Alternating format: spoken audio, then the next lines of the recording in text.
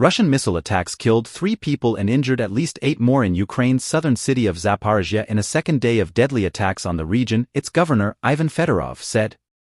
7 apartment blocks and an industrial building as well as medical and educational facilities were damaged, authorities said. Prosecutors released images showing a car buried under rubble and concrete and iron pillars that had collapsed.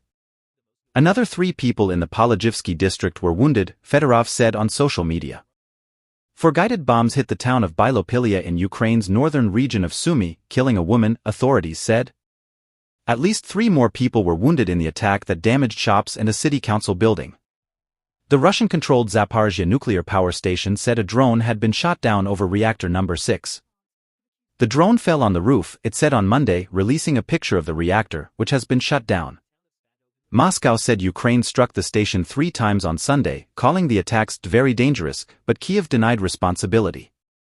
The Guardian is unable to independently verify either account. The International Atomic Energy Agency, IAEA, chief earlier condemned an earlier strike on the Zaporizhzhia reactor. This cannot happen, Rafael Grossi said on social media, adding, "No one can conceivably benefit or get any military or political advantage from attacks against nuclear facilities. This is a no-go."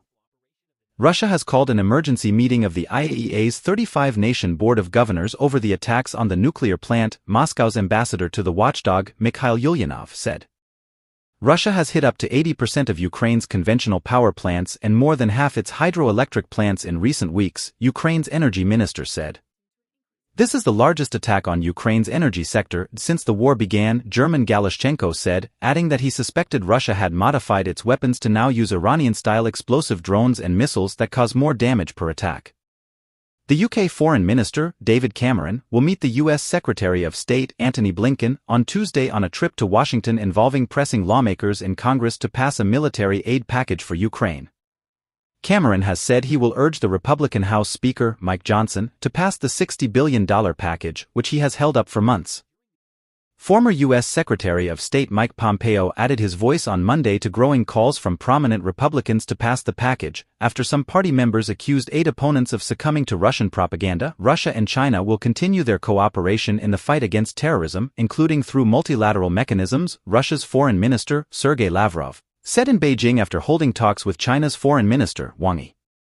"I thank the Chinese side for their condolences in connection with the terrorist attack in the Moscow region on March 22 of this year, for supporting Russia's fight against terrorism," Russian news agencies cited Lavrov as saying.